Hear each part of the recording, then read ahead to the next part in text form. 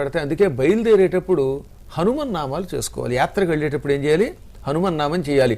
హనుమాన్ అంజనాసూను వాయుపుత్రో మహాబల రామేష్ట ఫల్గునసక పింగాక్ష అమిత విక్రమ ఉదధిక్రమణశ్చైవ సీతాశోక వినాశక లక్ష్మణ ప్రాణదాత చ దశగ్రీవస్య దర్ప ద్వాదశైతాని నామాని కపీంద్రస్య మహాత్మనః స్వాపకాలే పఠే నిత్యం యాత్రాకాలే విశేషతః తస్య మృత్యు భయం నాస్తి సర్వత్ర విజయీ భవేత్.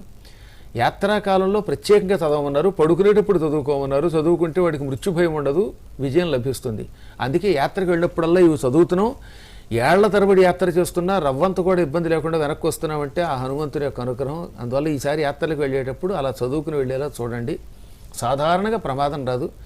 అయినా ఒక్కోసారి మీకు ఒక చిన్న విషయం చెప్పాలి. రామనామ మహిమ ఎటువంటిదో తెలుసుకోవాలని నారదుడికి అనిపించి బ్రహ్మ దగ్గరికి వెళ్ళాడు. బ్రహ్మదేవ, రామనామం గురించి అందరూ గొప్పగా చెబుతున్నారు, రామనామ మహిమ చెప్పమంటే ఆయన అన్నాడు, భూలోకంలో ఓ చోట ఒక పంది ఉంది, ఆ పందికి ఇప్పుడే ఒక పిల్ల పుట్టింది, అక్కడికి వెళ్ళి రామ అను, ఏం జరుగుతుందో చూడన్నట్టు.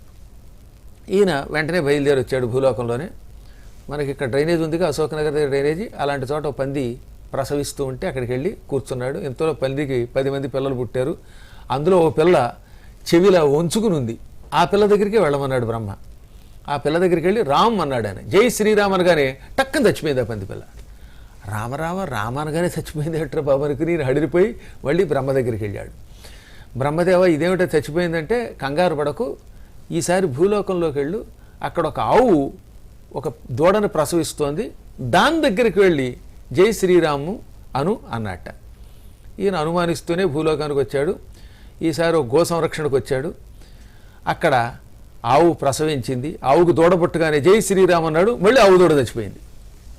ఓరి నాయనో, నేను రామ అన్నప్పుడల్లా ఇవి పోతున్నాయి ఏమిట్రా బాబు అనుకుంటూ ఈయన మళ్ళీ బ్రహ్మ దగ్గరికి వెడితే బ్రహ్మగారు ఏం కంగారు పడకు, కాశీరాజు గారి భార్య గర్భవతి, ఆవిడకి కొడుకు పుడతాడు, అక్కడికి వెళ్ళి జై శ్రీరామ్ అను అన్నట్ట. పంది పిల్ల పోతే ఎవడేమండు, ఆవు పిల్ల పోయినా నన్ను ఎవడు పట్టించుకోడు. కానీ రాజుగారి కొడుకు పుట్టాక అక్కడికి వెళ్ళి జై శ్రీరామ్ అంటే ఆయన పోయాడంటే రాజుగారు వీపు చెట్లు కొడతాడేమో అన్నట్ట. నారదుడు కంగారు పడి, నీకేం పర్వాలేదు, నేను అనమన్నానుగా, నిన్ను రక్షించే భారం నాది అన్నాడు బ్రహ్మ.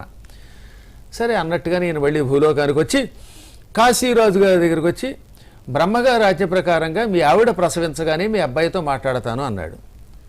సరే అన్నాడు రాజుగారు. రాజుగారి భార్యకు కొడుకు పుట్టగానే ఈయన అక్కడికి వెళ్ళి జై శ్రీరామ్ అంటూ ఉండగానే ఆ పిల్లవాడు నారద మహర్షి మీకు నమస్కారం అన్నట్టు. అప్పుడే పుట్టిన కుర్రాడు.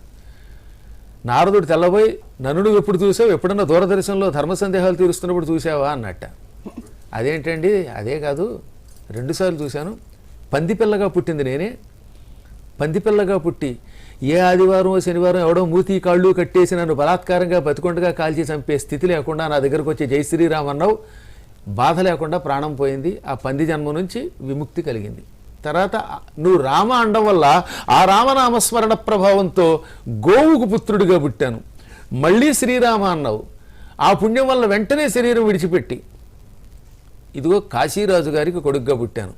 రామనామం ఇంత గొప్పది, దానివల్ల జంతువులుగా ఉన్నవాళ్ళు కూడా రాజపుత్రులు అవుతారు. ఇప్పుడు నేను కాశీరాజు గారికి కొడుకుగా పుట్టి 1000 ఏళ్ళు కాశీరాజ్యాన్ని పరిపాలించబోతున్నాను. ఇంకెంతకంటే ఏముంది రామనామ మహిమ చెప్పడానికి అన్నట్ట. అప్పుడు నారదుడు దండం పెట్టి వెళ్ళిపోయాడు. ఎందుకు చెప్తున్నానంటే, రామ అంటే పందిపిల్ల చచ్చిపోయిందని కంగారు పడక్కర్లా, ఆ ఆవుదోడు చచ్చిపోయిందని కంగారు పడక్కర్లా. ఈ రామనామస్మరణంతో అంత ఉచ్చ స్థితి వస్తుంది. యాత్రలకు వెళ్ళే వాళ్ళకి ఎప్పుడన్నా పొరపాటున ఇలాంటివి జరిగితే, జరగాలని ఎవరు కోరుకోరు, అందరూ సుఖంగానే ఉండాలి, 100 ఏళ్ళు బతకాలి. కానీ కర్మయోగం వల్ల జరిగితే వాళ్ళు మహానుభావులై ఉత్తమ జన్మైనా ఎత్తుతారు, లేదా ఉత్తమ లోకాలకైనా వెడతారు. వారంతా 10 కాలాలు సుఖంగా ఉండాలని కోరుకుందాం. కానీ లోకంలో అందరూ 100 ఏళ్ళు సుఖంగా ఉండాలనే మంగళాశాసనం చేస్తున్నాను. గురుగారు, మరో కాలర్తో మాట్లాడదాం.